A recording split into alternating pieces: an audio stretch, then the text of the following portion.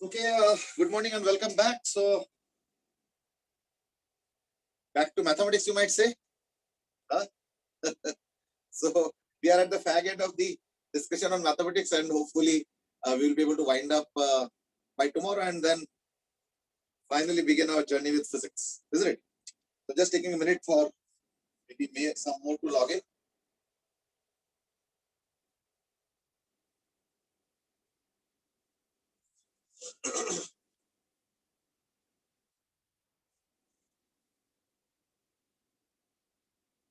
Okay, let's begin the proceedings of the day. I think probably we were discussing a to the power x. I forgot. A to the power x. We were in the middle of discussing e to the power x, and that's where the bell rang yesterday, so called. वैसे school होता तो घंटी बजता, so that would have been a little different kind of atmosphere and environment. अभी क्या है कि घंटी तो बजता नहीं है ना, and it's all digital watch, digital clock and all digital settings. Unfortunately, क्या करें, समय बदल गया है तो हमें भी अपने आप को समय के हिसाब से ढालना पड़ रहा है, isn't it? उत्कर्ष तुम्हारे बार-बार लॉगिन आ रहा है और फिर जा रहा है, पता नहीं. Okay, let's get going. ठीक. y is equal to a to the power x में क्या है कि ये जो ग्राफ बनेगा, ये काम करें, स्टार्ट करो बाय क्विकली सेंडिंग, जल्दी भेजो. Let's start by sending. जल्दी भेजो जरा y is equal to a to the power x का ग्राफ. एक चीज मैंने बताया था, a पॉजिटिव था, कि हमने कल x to the power a कर लिया था, है ना, उसके अलग अलग वैल्यूज के मतलब हिसाब से, but a to the power x करना था, and that's where the bell rang. तो a to the power x का फटाफट भेजो. ऑलरेडी एक आ चुका है, उत्कर्ष सेंड.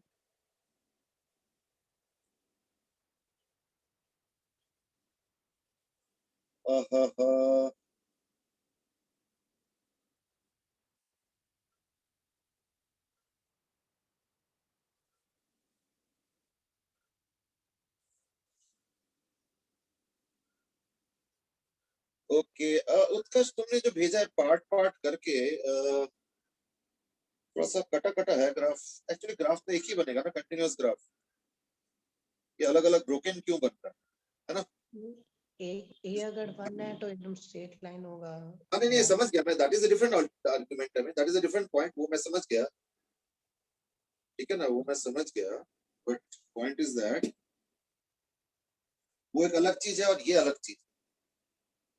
क्या आप क्या बोल रहे हो वैसे? ठीक है. I think Dhruv Goyal has given a correct answer, and I would rather say part correct answer. Aryan has given an answer. ठीक है. प्रॉब्लम क्या थी वैसे इस वाले में? हाँ बेटे, थोड़ा तेज बोलोगे? मतलब ना, इसमें प्रॉब्लम क्या थी? नहीं नहीं, तुमने कटा कटा ग्राफ भेजा है शायद. अब मैंने कई सारे देख लिया, अब तो मुझे याद नहीं आ रहा तुम्हारे वाले में क्या था. कौन बोल रहे हो? उत्कर्ष. उत्कर्ष, हाँ, तुमने कटा कटा ग्राफ भेजा है, इन द सेंस कि पूरा पूरा नहीं भेजा. एक्चुअली पता है इस बार क्या आ गया ना, कि इस बार नेगेटिव एक्स में कोई दिक्कत नहीं. पावर तो नेगेटिव हो सकता है. अच्छा, तुमने क्या किया, बीच में ग्राफ को कट कर दिया, तो वो प्रॉब्लम है. बाकी तो ठीक. वो लास्ट टाइम आपने x टू पावर a का काटा ना, तब मैं नहीं, देखो x to the power a में, सुनो, x to the power a में x नेगेटिव करने में कई जगह दिक्कत आ सकती है, क्योंकि a is like a number. It can be fractional, it can be odd, it can be even. तो कुछ कुछ इश्यूज, ठीक है ना. लेकिन a to the power x में वो प्रॉब्लम नहीं है, क्योंकि बेस इज द प्रॉब्लमेटिक, ठीक है. पावर नेगेटिव हो, पॉजिटिव हो, फ्रैक्शनल हो, कुछ भी, उससे कोई दिक्कत नहीं होता है. Base can not be negative in every case. तो इसलिए, क्योंकि x बेस में था पहले, बेस टू द पावर में, तो बेस में x था, तो इसलिए हमने रेस्ट्रिक्शन लगा दिया था कि चलो x नेगेटिव छोड़ दो, x पॉजिटिव लेकर. पर अब मैं रेस्ट्रिक्शन नहीं लगा. अब कोई रेस्ट्रिक्शन नहीं है. a पॉजिटिव वो एक रेस्ट्रिक्शन है, कि फिर वही बात है कि अदरवाइज a नेगेटिव करोगे तो फिर वही प्रॉब्लम आएगा, पता नहीं x का वैल्यू क्या होगा, है ना. तो फिर ग्राफ नहीं बन पाएगा. Anyway, let me draw the final graph. है एक्चुअली देयर आर 3 पॉसिबिलिटीज, और मुझे लगता है कई लोगों ने अच्छा आंसर भेजे हैं, लेकिन सब लोगों ने सारे पॉसिबिलिटीज वो नहीं किए, एक्सरसाइज नहीं किए, मुझे लग रहा Dhruv, I'm not saying you're wrong. I only said yours is one particular case. That's the point. चलो ठीक है, मैं 3 ग्राफ बना रहा हूँ. देखो, पहले तो A is equal to अगर 1 होगा, पॉसिबिलिटी है, in that case ग्राफ भी है. ठीक है ना? देखो,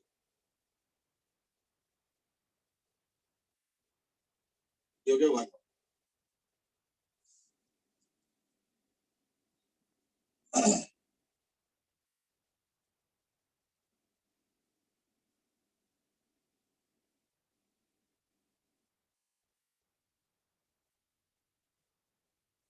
ठीक है, ये हो गया 1 वाला. ये हो गया A is equal to 1. अगर A greater than 1 है तो क्या होगा ना, जैसे मान लो 2 ले लो, चलो 2 to the power x, तो 2 to the power 0, 2 to the power 0 मतलब 1 होगा, फिर 2 to the power 1 2 होगा, 2 to the power 3 4 होगा, 2 to the power 2 to the power 3 8 होगा, 2 to the power 2 4 होगा, 2 to the power 4 16 होगा. तो ये ग्राफ बहुत जल्दी राइज करेगा. फिर इस तरफ आ जाओ, 2 to the power -1 तो यानी 1/2 होगा, 2 to the power -2 यानी 1/4 होगा, 2 to the power -3 मतलब 1/8 होगा. इस तरह से यानी ये ग्राफ ऐसे बनेगा.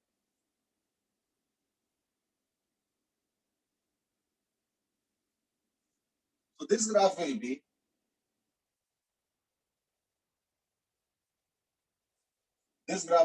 if A is greater than. ठीक है ना? तो चलो इसको कट कट कट कट बना देता हूँ, so that आइडेंटिफाई हो जाए. और लास्टली एक ग्राफ इधर भी होगा जब A का वैल्यू बिटवीन 0 and 1 होगा, तो वो इधर से होगा. इसी का मिरर इमेज बनेगा बाय द वे. ठीक है ना? और ऐसे करके और इस तरीके से. ठीक है ना?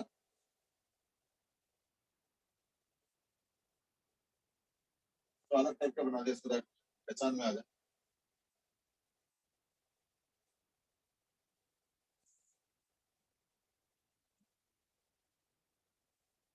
ठीक है,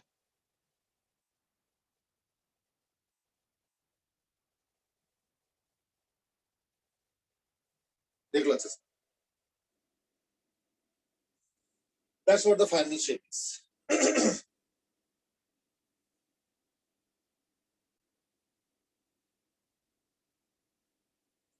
ध्रुव has asked कि और कितने और क्लासेस होंगे before we start with actual physics. तो देखो अभी एक टॉपिक और रह गया जिसका स्टार्ट आज करेंगे और कोशिश करेंगे कल खत्म हो जाए, दैट इज कैलकुलस. चल आई थिंक दैट्स मोर और लेस द ग्राफ्स.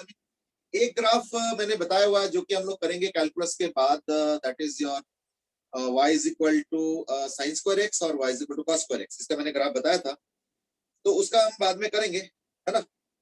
और देखते हैं, है ना?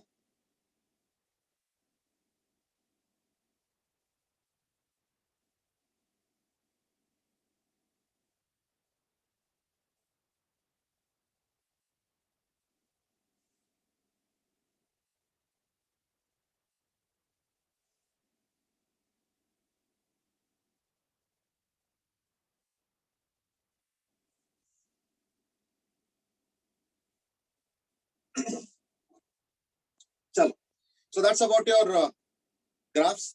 Now we'll talk about calculus. Let's look at calculus. Calculus, in fact, is an important tool for us. Important in this sense that, you know, one of the key strengths of physics is the backup provided by mathematics or other specific tools and aids provided by mathematics.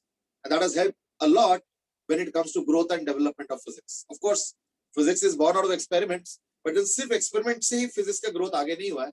उसमें mathematical support भी बहुत मिला है. और अगर basic physics अगर हम देखते हैं तो सबसे ज्यादा support अगर किसी tool का मिला है, that is mathematics. Mathematics में से कौन सा ना? Calculus. ठीक है? Of course, higher physics में और भी tools है. There are transformations. ठीक है ना? Fourier transformations. You know, log तो खैर तुम लोगों ने पढ़ा है. There are also something called as Laplace transformations. ये सब higher physics में use होता है. ठीक है ना? Del, divergence, convergence, बहुत कुछ है. But the point is that curl and all. But the point is that basic physics के लिए सबसे assisting tool जो maths ने provide किया physics वालों या physics को, that is calculus. So what's in calculus? Well calculus में दो एरियाज है. Number one is differential calculus. अब डिफरेंशियल कैलकुलस में हम लोग जो प्रोसेस करते हैं उसको हम लोग बोलते हैं एज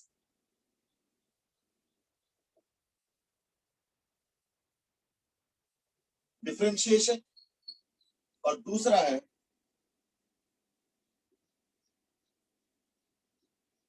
इंटीग्रल कैलकुलस. और इंटीग्रल कैलकुलस में जो प्रोसेस हम करते हैं उसको हम लोग बोलते हैं एज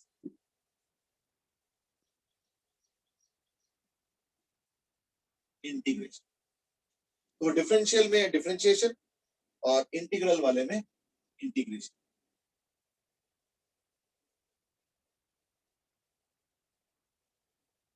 ठीक है. So that's your two tools. I mean, each has its own domain or area of functioning. Yeah, method of functioning. Well,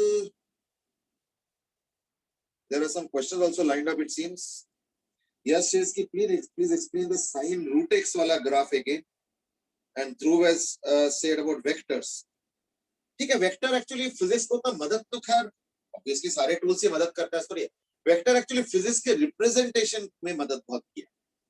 कि पहले फिजिक्स का जो रिप्रेजेंटेशन होता था वो बहुत डिस्क्रिप्टिव होता था, बहुत लिखना पड़ता था कि ऐसे है वैसे है कर. वेक्टर ने क्या किया, उसके नोटेशन और उसके डिस्क्रिप्शन को बहुत छोटा कर. So that's the change that has happened when it comes two vectors. ठीक है ना ये चीज. चलो एनीवे, यश साइन रूट एक्स का वैसे तो मैंने बता दिया था. I don't know what exactly is the point. देखो तुमको जो मेनली ऑब्जर्व करना है, मैं सबको ही बोल रहा हूँ, वो क्या है पता है कि अगर मैं साइन एक्स बनाता हूं तो क्या होता है, एकदम 2 पाई 4 पाई 6 पाई 8 पाई उस तरीके से पूरा एक्सटेंड होता है. समझ ना. लेकिन ये हो गया साइन एक्स. लेकिन अगर साइन रूट एक्स करते हो, साइन एक्स स्क्वायर करते हो, इस तरीके से अगर करते हो, इन दैट केस तुमको ऑब्जर्व करना पड़ेगा कि उसका जो जो रिपीटेशन हो रहा है वो छोटा होता जा रहा है या बड़ा होता जा रहा है. तो उसका भी बिल्कुल कॉन्क्रीट एग्जांपल से बताया था. एक बार एग्जांपल को दोबारा देखो. मेरे ख्याल से हो जाना चाहिए, समझ में आ जाना चाहिए. अगर उसके बाद भी कुछ दिक्कत आता है तो maybe we can pinpoint. तो मेनली वो कोऑर्डिनेट्स ऑब्जर्व करो जहां जहां पे वो एक एक साइकिल कंप्लीट हो. बस उसी से तुमको सारा कुछ चीजें मिल जाएंगी. ठीक है ना. So try out once more. और प्लस रिकॉर्डेड लेक्चर्स जो है मैंने बताया था, is that what you can do is that you can just subscribe to that, so that वो मिलते जाएंगे. और जब तक ऑनलाइन क्लासेस हो रहा है तो रिकॉर्डेड लेक्चर्स भी तुमको मिलते जाएंगे. चलो, तो डिफरेंशिएशन में हम लोग करते क्या है. इन differential calculus, that is differentiation. In differentiation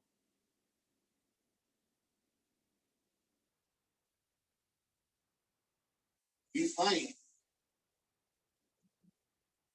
the rate of change of a quantity with sir respect. आपने अभी रिकॉर्डेड लेक्चर्स के बारे में क्या बताया? नहीं, मैं बता दें कि जब तक ऑनलाइन क्लास है तब तक तो मैं क्लासेस सारे रिकॉर्ड कर रही हूँ. देखो अभी रिकॉर्डिंग ऑन है ना. तो therefore if you want to access them, चलो let's proceed now. Find the rate of change of a quantity with respect to change in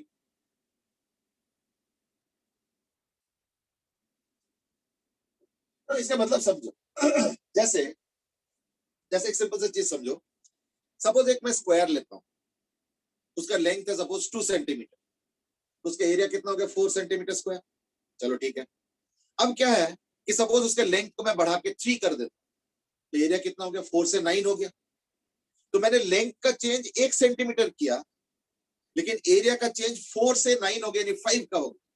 तो area has change 5 units compare to a change of length by 1 unit.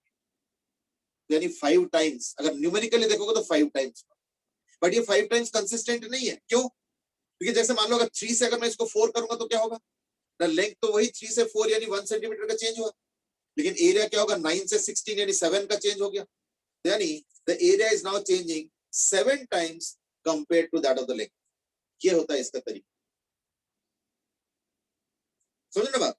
तो ये होता है इसका तरीका. यानी how is fast is the area changing when the length is changing slowly. लेकिन इसमें एक दिक्कत है. दिक्कत क्या है कि जब 1 सेंटीमीटर का चेंज हो रहा है तो with in that 1 centimetre also you will see that the area is changing at different rates through out that change.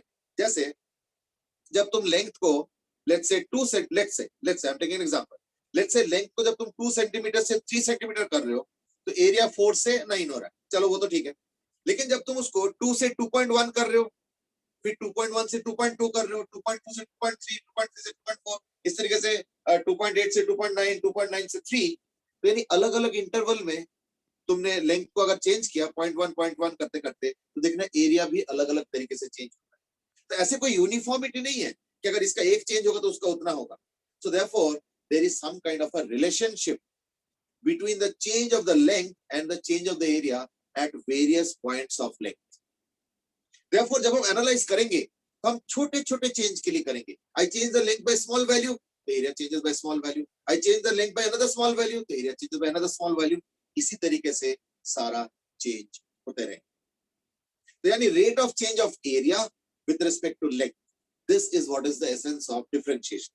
अच्छा, ये एक एग्जांपल था. हर जगह एरिया और लेंथ तो नहीं होगा, अलग अलग होगा. तो that is what we going to discover. So let's start the process. What is the technical definition? Technical definition is that let us say y is equal to x square. An example. तो अगर मैं x का value थोड़ा change करूंगा तो y भी change होगा. So therefore you have y plus delta y is equal to x plus delta x का whole square. Simple. यानी y क्या होता है? x square plus delta y is equal to, इसमें भी x कॉमन ले लो, x square into 1 plus delta x by x का whole square which is equal to, अब मैं बाइनोमियल थ्योरम लगाऊंगा. 1 plus x to the power n is 1 plus nx, है ना? We know that 1 plus x to the power n is approximately 1 plus nx. तो ये x delta x क्या होता है? Small change in x. Delta y क्या है? Small change in y. तो उसी तरीके से मैं कैलकुलेट कर रहा हूं. तो this will become now 1 plus 2 into delta x by x. तो ये क्या हो जाएगा? x square plus 2x into delta x. तो देखो x square plus delta y is equal to x square plus 2x into delta x. Good. यानी you have delta y is equal to 2x into delta x. यानी delta y by delta x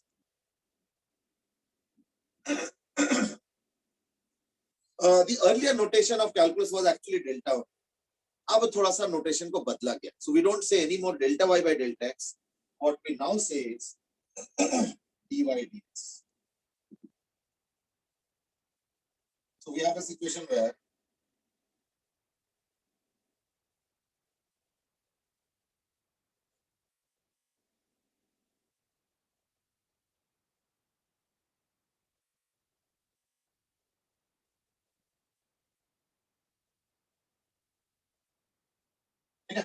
dy dx is equal to 2x. देख लो. However, this is not some kind of universal rule that has to be 2x only. है ना? So let's move on and look at something else. For example,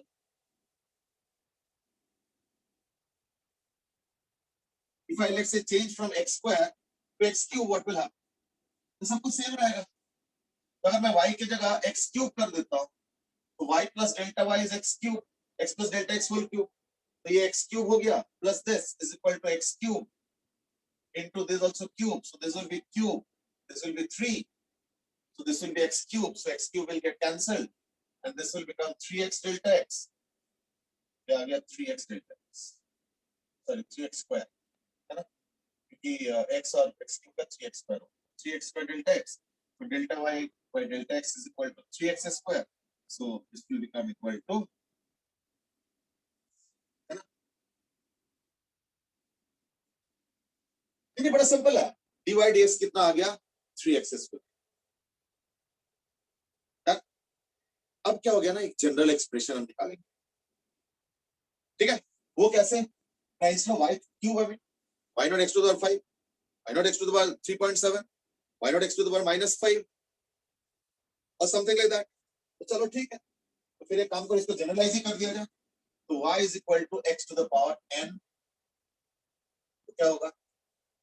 x plus delta x to the power n. So this will become x to the power n. This will also be, so this is n. This also is from 3, it will be n. So it will be x to the power n plus n x to the power n minus 1 into delta x. So delta y is equal to n x to the power n minus 1. So delta y by delta x is equal to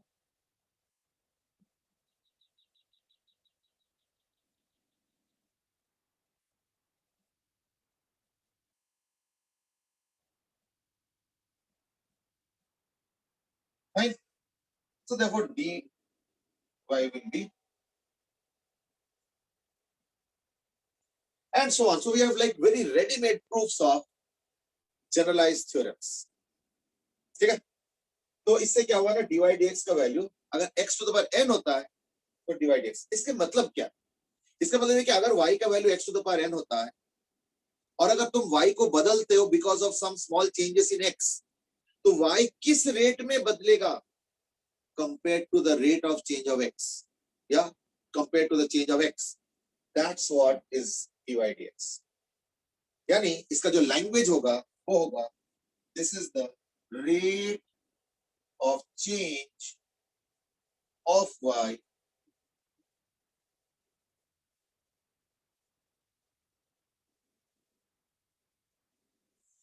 with respect to x. ठीक है? चलो, तो these were the basic ideas on which differentiation is based, but these are not the only ideas. This is the algebraic one, so we can easily find out for algebraic cases, I mean, by using binomial theorem. But not all such formulae can be just found out by binomial theorem. There are processes of finding out the differential coefficients or differentiations of different functions. Unfortunately, if we go start and proving everything, it will take us probably 2-3 days to just get introduced to all the formulae. Therefore, we are not going to venture into that. I'm just going to give a list of formulae, which I'm sure many of you already know. But even if you don't know, just look at the list. I would not say कि अभी भी memorize कर लो, but yes, धीरे-धीरे practice करते-करते देखना वो memorize हो जाए. So don't worry on. I'm just making a quick list of it. So like y, and this is dy dx. तो x to the power n का तो अभी हमने किया, n x to the power n minus 1. फिर आ जाओ sin x, ये हो गया cos x. फिर आ जाओ cos x, ये हो गया minus sin x. फिर आ जाओ tan x, ये आ गया sec square x. ठीक है ना? फिर आ जाओ cot x, तो minus cosec square x. फिर आ जाओ sec x, ये होता है sec x, tan x. फिर आ जाओ cosec x, तो minus cosec x cot x. ठीक है? बस एक दो और याद रखना, जब तुम लोग मैथ्स में कैलकुलस करोगे, तो देखिए सारा चीजें prove, don't worry. But still अभी तो सारा प्रूव नहीं होगा, अभी तो यू हैव टू रिमेंबर. मैंने सारा लगभग बता दिया. ln x का 1/x, एक e to the power x आता है, याद रखना. e क्या होता है बताया था मैंने. I think well that's more or less good enough. इतना ही बहुत है, इतना ही बहुत है. I think for us good enough list है, इससे ज़्यादा जरूरत नहीं. But then you might say even ये भी तो याद रखना मुश्किल है. तो देखो ये मैथ्स के फॉर्मूले ऐसे ही होते हैं, शुरू में एकदम फ्लड लगने लगता है, अरे बाप रे इतने सारे आ गए. But once you start using them, you will develop linkages and they will start getting fit somewhere in the subconscious mind. So don't worry, you will remember them very easy. Don't worry. अच्छा, लेकिन एक query हो सकता है आएंगे is that कि इसका तो आपने प्रॉपर तरीके से बताया कैसे होता है, इनके क्या है. देखो सबका प्रॉपर तरीका हम नहीं बता पाएंगे, फिर तो 2-3 क्लास तो फिर इसी में रिजर्व कर, नॉट पॉसिबल. ठीक है ना? We will now go into some more rules of differentiation which will help us to get answers to various questions based on these. So certain rules of differentiation. But before that, I would also like to introduce something called as short notation. जैसे अभी हमने dy dx बोला ना, इसको कई बार बोला जाता है y dash. So this is a short notation.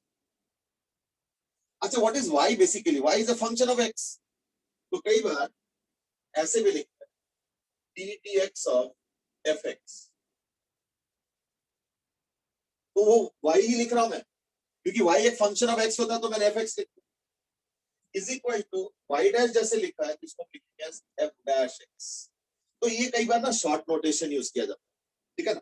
So sometimes these kind of short notations are also used so that instead of writing too many times dy dx dy dx dy dx, we write as y dash y dash y dash. तो उससे थोड़ा notation short हो जाता है, लिखने का वो कम हो जाता है, ठीक है. These are used. अब मैं कुछ रूल्स ऑफ डिफरेंशिएशन बताऊंगा. These are basic rules of it, and if you already studied differentiation, you would know them already. But I'm sure in this platform, not everybody would be knowing every rule of calculus. I mean, so therefore, we need to introduce formally, and that's why I'm doing. Okay? It's a very simple rule. Then let's say y is equal to c1 f1x plus c2 f2x plus इस तरीके से बड़े सारे. In that case, y dash यानी dy dx क्या होगा?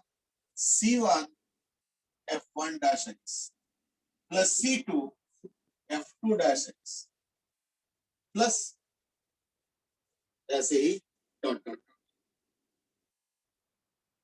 Simple है? Example. So let's do an example to just understand this basic rule. क्या example है? Now let us say y is equal to 6x cube plus 4 sin x. अब ये अलग type का फंक्शन है, अलग टाइप का फंक्शन है, तो it exactly fits in this pattern. बहुत सिंपल रिजल्ट है. क्या होगा? The 6 into f dash x is what? X cube का क्या होगा? 3x square और x 6 है, यानी 18 x square plus 4 cos x. तो 6 तो है ही, और x क्यूब का होगा 3x square मिला के 18x square, और sin x का cos x होता है, तो प्लस 4 cos x. ठीक है.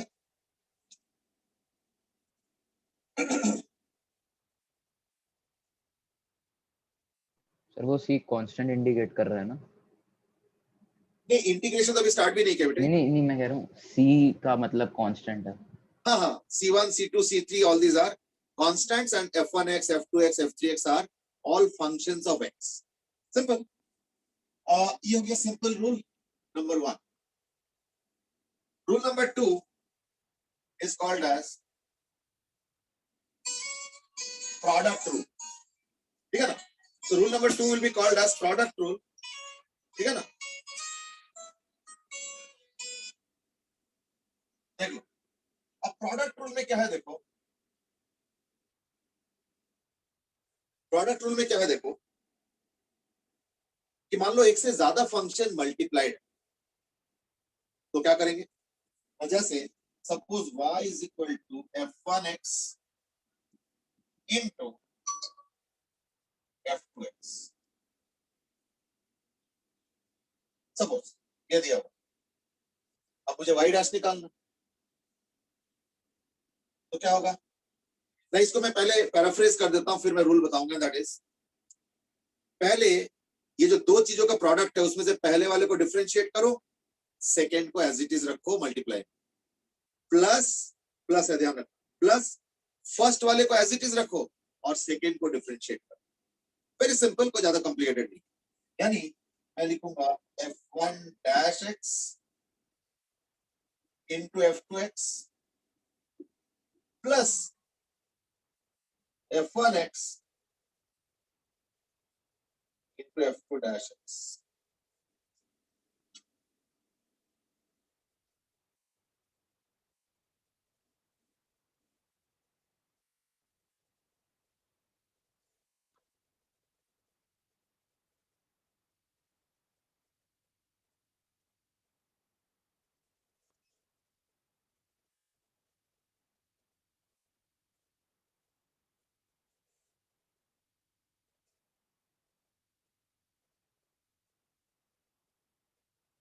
यानी बेसिकली क्या हो गया, जब दो चीजों का प्रोडक्ट होगा तो उसमें हम क्या करेंगे, फर्स्ट का differentiation into second plus second का differentiation into first, very simple.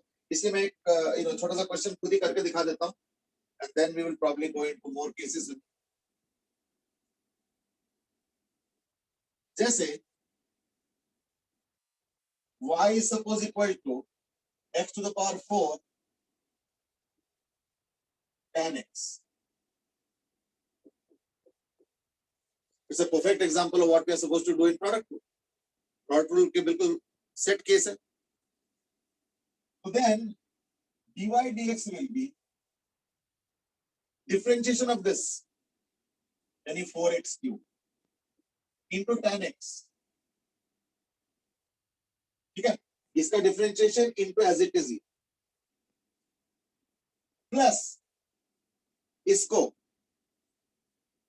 into tan x का डिफरेंशिएशन। tan x का डिफरेंशिएशन क्या होता है,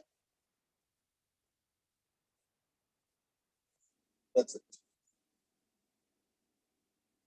So I'm doing this myself. Why? Because I don't want to waste time. I mean, just by interacting. जब थोड़ा सा और टाइम होगा तो हम लोग मैं एक दो एग्जांपल्स दूंगा, maybe at that time we can interact and solve also.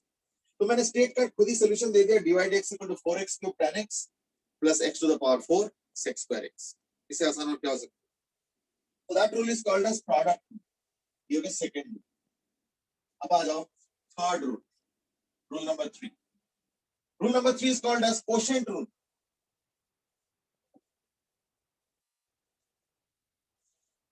Quotient rule क्या कह रहा है, तो suppose y is equal to f1x by f2x, तो dy dx क्या होगा, है ना, तो dy dx हो जाएगा इसका डिफरेंशिएशन इनटू सेकंड माइनस पहले का as it is into second का डिफरेंशिएशन अपॉन डिनोमिनेटर का स्क्वायर। यानी क्या हो गया, न्यूमरेटर का डेफिनेशन, न्यूमरेटर का differentiation into denominator minus numerator into denominator का डिफरेंशिएशन आ गया अपॉन डिनोमिनेटर का स्क्वायर।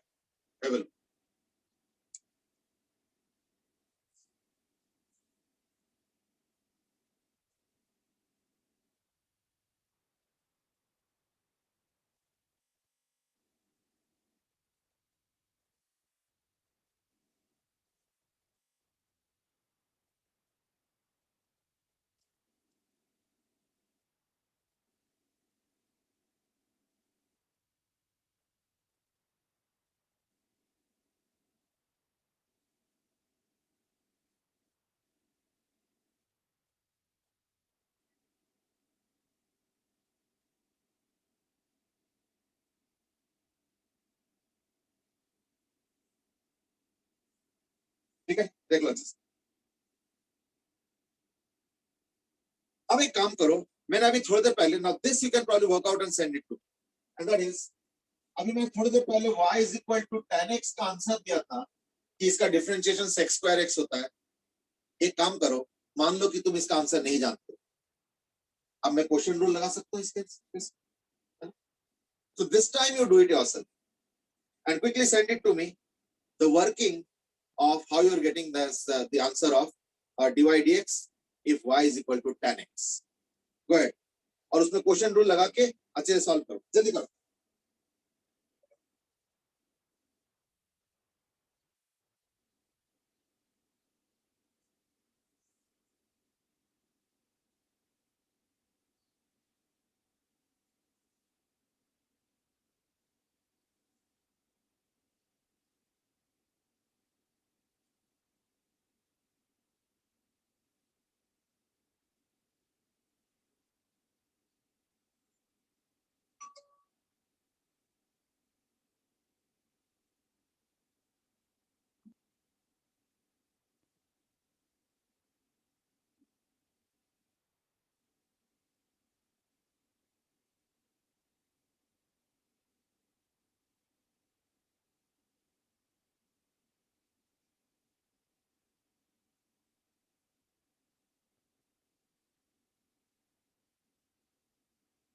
Okay, I'm waiting.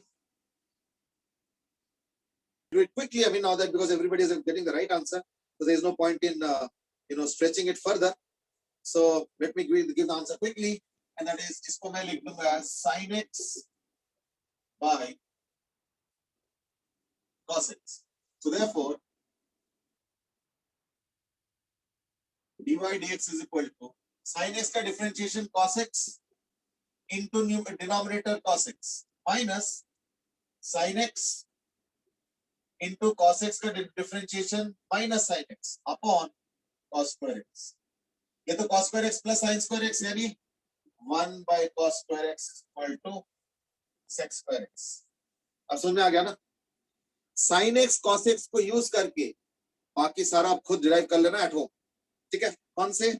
एक तो tan x हमने अभी कर लिया, cot x वाला भी खुद कर लेना, सेम रूल से cot x भी कर लेना अपने आप, फिर cosec x का भी कर लेना because cosec x I can write as 1 by sin x.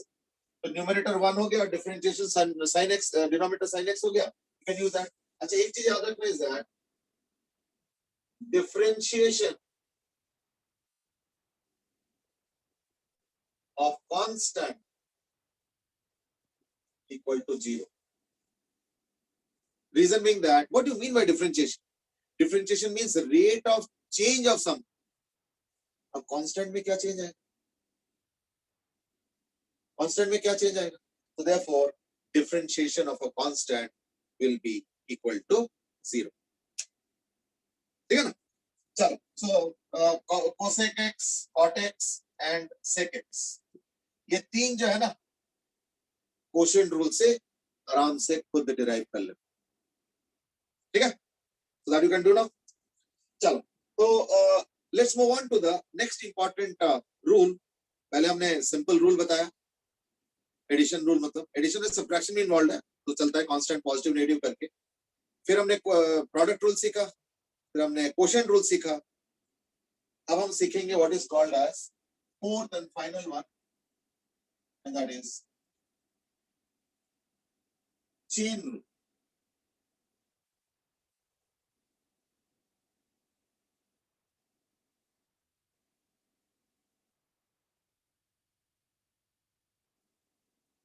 That is called as chain rule.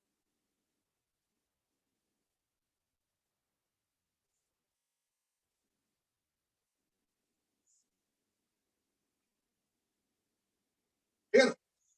अब चेन रूल में क्या है ना? एक्चुअली क्या होता है कई बार कि अगर मान लो कोई क्वेश्चन इन्हीं में से फिट हो जाए, है ना, यानी एडिशन सब्ट्रैक्शन वाले में से या प्रोडक्ट रूल में से या क्वोशिएंट रूल में से अगर फिट हो जाए तो कोई दिक्कत ही नहीं है. पर अगर मान लो फिट नहीं है, मान लो सपोज फिट नहीं है, तो फिर क्या करेंगे ना? खास करके थोड़ा और कॉम्प्लिकेटेड टाइप का केस होता है, हम लोग यूज करेंगे what is called as chain rule. In chain rule what we basically do is substitution. Substitution क्यों करेंगे ना? इसके लिए फिर मैं एक काम करता हूं, मैं लेके चलता हूं तुम लोगों को क्लास 10. एक क्वाड्रेटिक इक्वेशन तुम लोग सॉल्व करते होंगे क्लास 10th में. मैं एग्जांपल बताता हूं. ये वाला, suppose it is x plus 1 by x whole square minus 7 into x plus 1 by x plus 12 is equal to 0. मान लो ये क्वेश्चन है. ये क्वेश्चन अपरेंटली देखने में क्वाड्रेटिक तो लग रहा होगा, बट क्वाड्रेटिक के फॉर्म में आएगा नहीं, यू सिंपलीफाई इट. लेकिन हम इसको क्वाड्रेटिक की तरह सॉल्व करेंगे. कैसे? We will substitute here x plus 1 by x as equal to z. उससे क्या होगा? फिर ये बन जाएगा z square minus 7z plus 12 is equal to 0. Now this is the quadratic equation which can be solved very easily. इसका तो in fact mid term भी हो जाएगा. चलो मान लो मिड टर्म अगर ना भी हो तो हमारे पास वो डायरेक्ट फॉर्मूला है minus b plus minus under root of b square minus 4ac/2 है वगैरह, तो we can under root of b square minus 4ac/2 है, so you can easily solve it. So the point is that this can be now very easily solved. पर इससे answer नहीं आएगा, ध्यान रखना. वो तो पता ही है तुम लोगों को.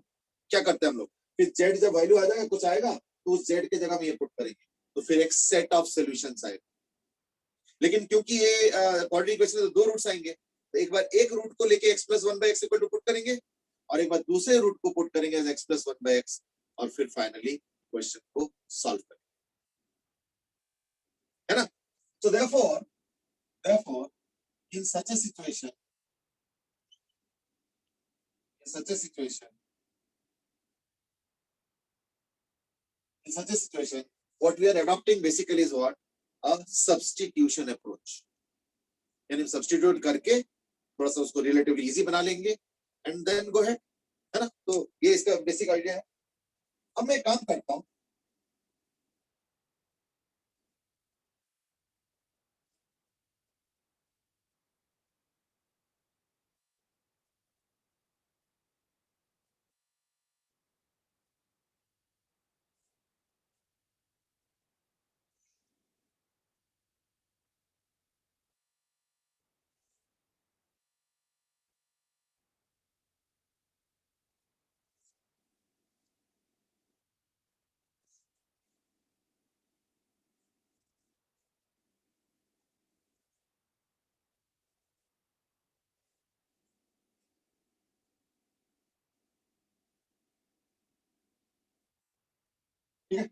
जैसे मैं आप एक एग्जांपल खुद ही दूंगा, उससे तुमको आइडिया लग जाएगा कि चेन रूल कैसे होता है. I mean, if you know, of course, you will be knowing already, but if you don't know, let's say, by chance अगर हमने टॉपिक नहीं किया या इसके पहले एक्सपोज नहीं थे, तो then I will just point out as to how the method is used, and then we'll give you something for practice. ठीक है ना?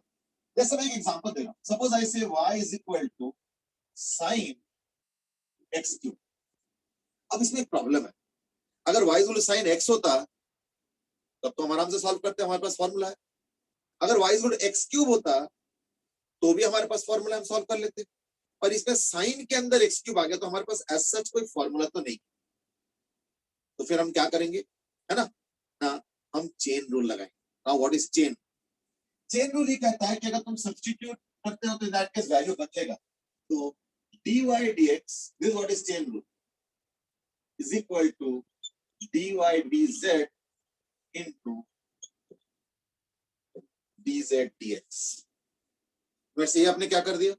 कुछ नहीं, dz dz ऊपर नीचे मल्टीप्लाई कर दिया, तो you know we are getting a new variable inserted into the process, जो कि हम शायद सब्स्टिट्यूट करेंगे.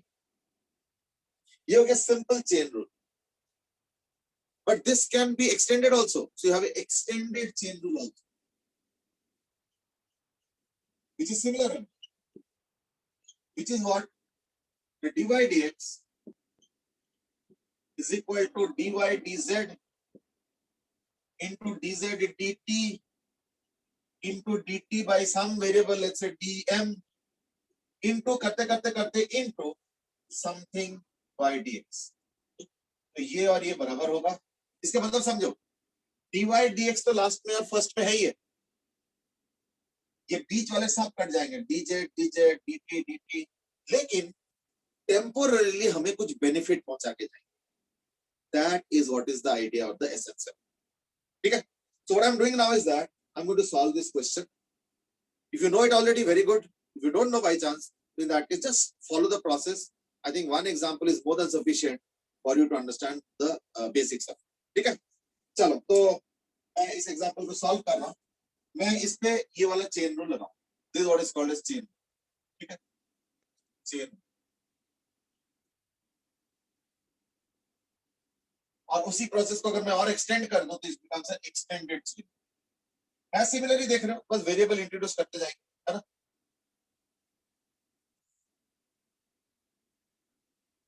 Now, because this is the first question, on chain rule, इसलिए मैं थोड़ा सा आराम से स्टेप बाय स्टेप अच्छे से दिखाते हुए करूंगा. वो अलग बात है कि ऐसे क्वेश्चन जनरली इतना लंबा होता नहीं है.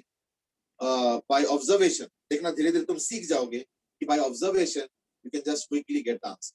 ऐसे कोई दिक्कत नहीं होता. ठीक है ना? So let's now start.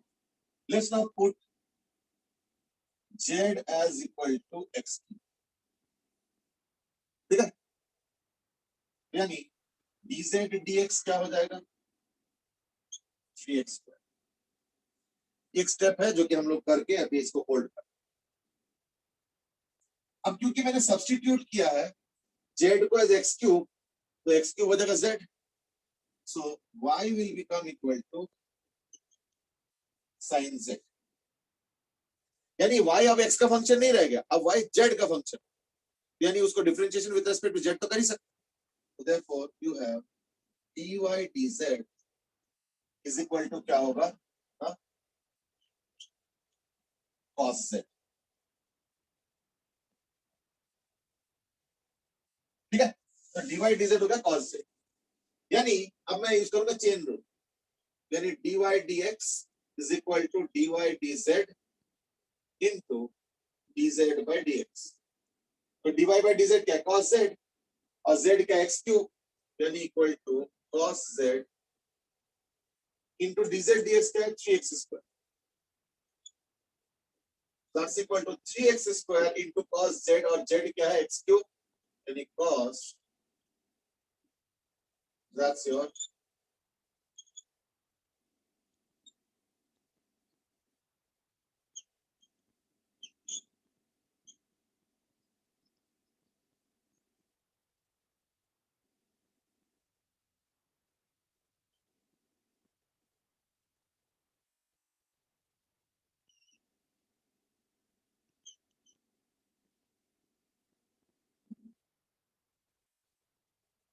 ठीक है ना।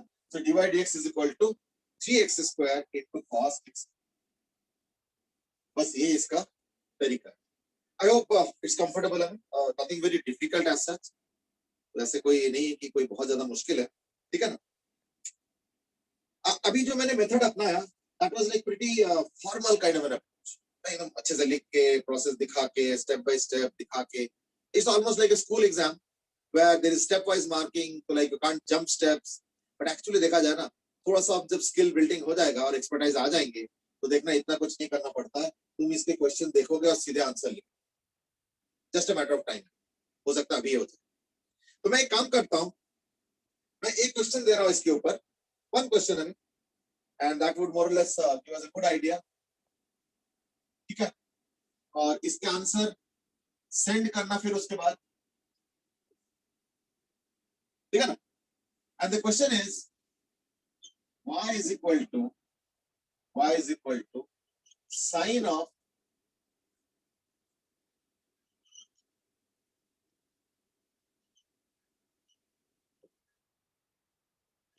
this is the question, when y is equal to sin of sec x4, ठीक है, ये क्वेश्चन है, और तुमको इसको सॉल्व करके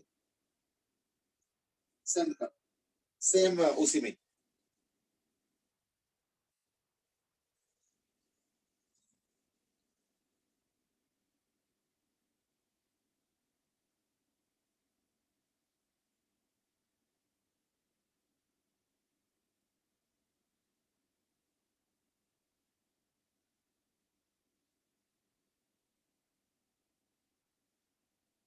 We have started getting answers already.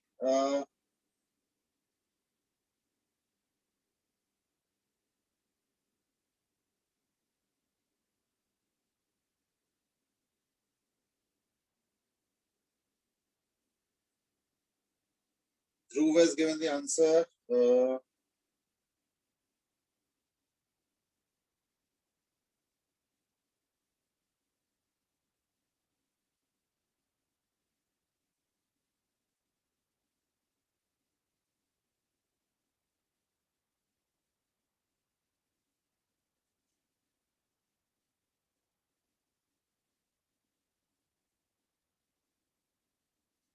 ठीक है, ध्रुव ने इसका आंसर ऑलमोस्ट डायरेक्टली दे दिए, चलो चलेगा। लावण्य has also given, अच्छा प्रीवियस पेपर भी दिए थे।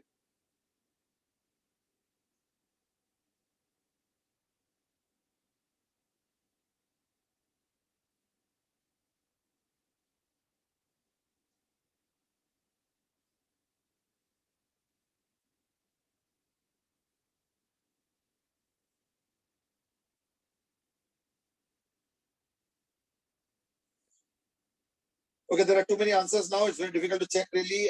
Avinal has also sent.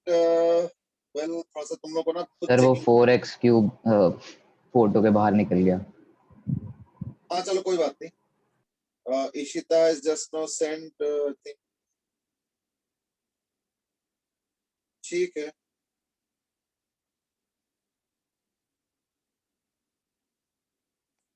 नहीं कुछ कुछ मिस्टेक्स भी आ रहे हैं, अभी इतना ध्यान से देखना और एक एक का कमेंट करना थोड़ा मुश्किल है, because there are too many coming up, but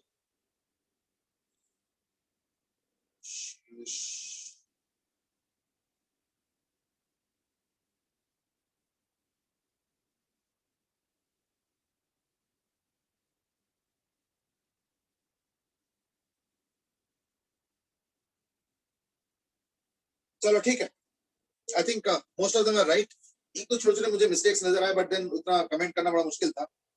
अभी जैसे मैंने भी प्रेजेंट किया, हाँ ठीक है, सो क्या सेंड किए हो ठीक है ना। चलो मैं एक काम करता हूँ, for the second time let me do it slightly forward, कि हो सकता है कि सब लोगों का भी आदत नहीं पड़ा, एक दो मिस्टेक्स भी थे, ठीक है ना। तो I think once I do it will get auto corrected away. तो एज यूजुअल मैं सबसे पहले x4 को पुट कर रहा हूँ z, यानी dz dx तो आ गया इक्वल टू 4x। फिर से सर हम sec x4 को भी तो z पुट कर सकते हैं। हाँ बेटे, अगर हम सर sec x4 को z पुट कर दें तो वो अभी करने ही वाला है, हाँ वो वही करने वाला है, रुक जाओ।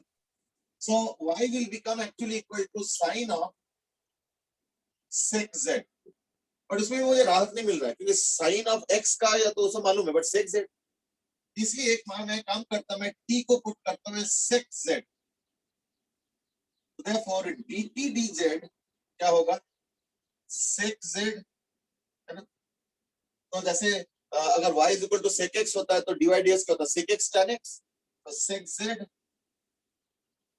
tan z।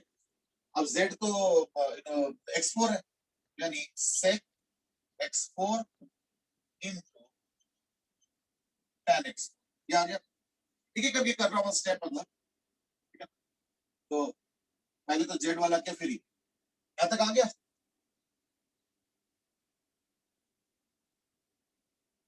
भाई अच्छा, लास्ट में क्या होगा ना, क्योंकि t is equal to sec z हो गया, तो यानी ये sin t हो गया, y is equal to sin t, यानी dy dt is equal to cos t। और cos t का मतलब क्या होगा, t तो sec z है, यानी cos sec z है, और z क्या x4 है, यानी cos sec x4। अब जो जो चीजें मुझे चाहिए ना, वो अब सारा मिल गया। तो अब मैं लिखूंगा फाइनली, अब मैं फाइनली एक्सटेंडेड चेन रूल लगाऊंगा, ठीक है। तो एक्सटेंडेड चेन रूल लगा रहा हूं मैं,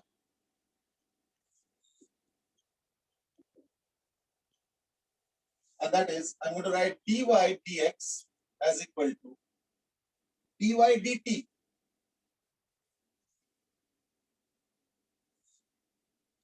into dt dz into dz dx, ठीक है। अच्छा, अब dy dt क्या है, dy dt हो गया, dy dt हो गया cos sec x4, यानी cos of sec x4 into dt dz। तो dt dz क्या है, sec x4 tan x4, sec x4 into tan x4 into dz dx, dz dx is 4x cube, तो मैं इसको सामने लिख दूं,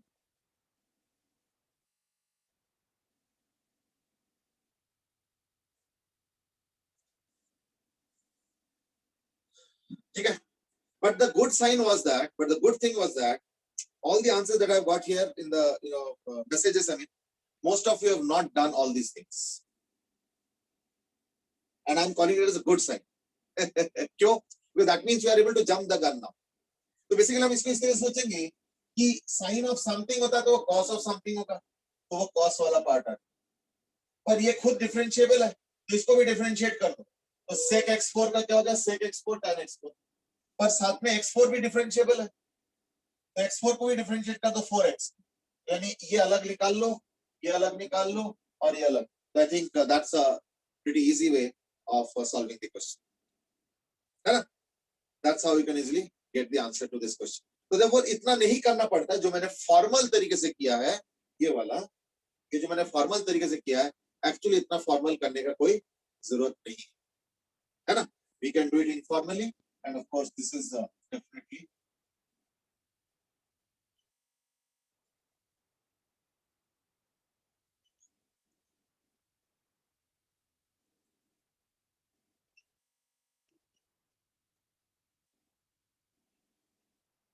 ठीक है. This is the way to do the question. So that was about your chain rule and how to apply really chain rule in such context. ठीक है ना?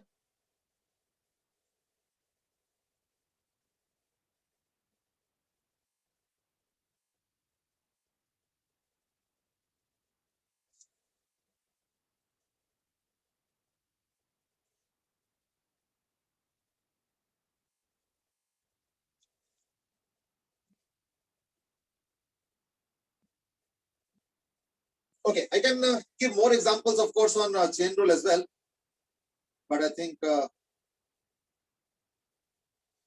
would be good that maybe I can possibly just give you a small assignment. तो मैं क्या करूंगा, आज कोशिश करता हूँ, आज अगर टाइम मिलता है तो आज कर लेता हूँ, नहीं तो कल करूंगा. And that is, I will give you a small assignment based on whatever math tools we have read till now. इसके बाद हम लोग करेंगे dy/dx का interpretation. So interpretation of dy/dx graphical. तो देखो, कई बार हम लोग कुछ फंक्शंस को ग्राफिकली रिप्रेजेंट करते हैं. कैसे? तो जैसे मान लो ये एक x और y है और मान लो कुछ ग्राफ ऐसे बने. See, graph can be anything. I'm not saying कि यही ग्राफ होना चाहिए. It can be anything. It can be upward moving. It can be downward slope also. It can be anything.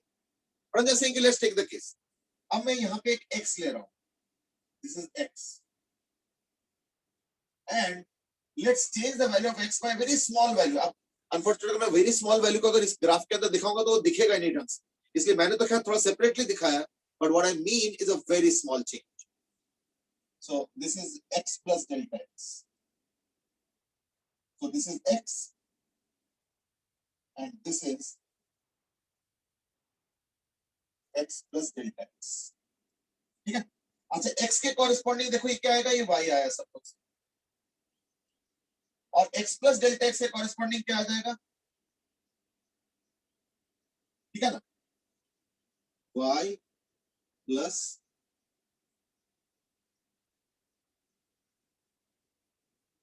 Delta. यानी x के साथ होता है y और x प्लस डेल्टा x के साथ होता है y प्लस डेल्टा y. ठीक है, देख लो. यानी अगर मैं ग्राफ के हिसाब से चलता हूं तो this is delta x and this is delta y. So this is delta x and this is actually the tangent out here. अगर मैं इस दोनों पॉइंट्स को बहुत सिकुड़ देता हूं, बहुत करीब लेके आता हूं, what you are getting is that, देखो. So therefore the interpretation of dy dx और delta y dx, delta y delta x is what is equal to, अगर ये थीटा होता तो ये भी थीटा होगा, isn't it tan theta is equal to tan theta.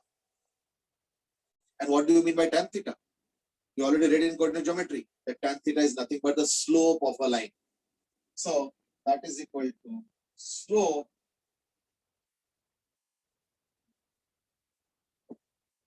of the line. यानी dy dx यानी delta y by delta x is equal to tan theta, which is equal to the slope of the line. तो ये एक interpretation of physical interpretation.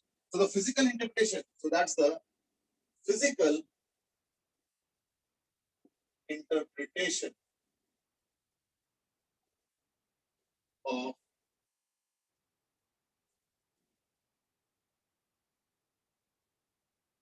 dy dx. That is equal to slope. ठीक है? And this is a very important interpretation.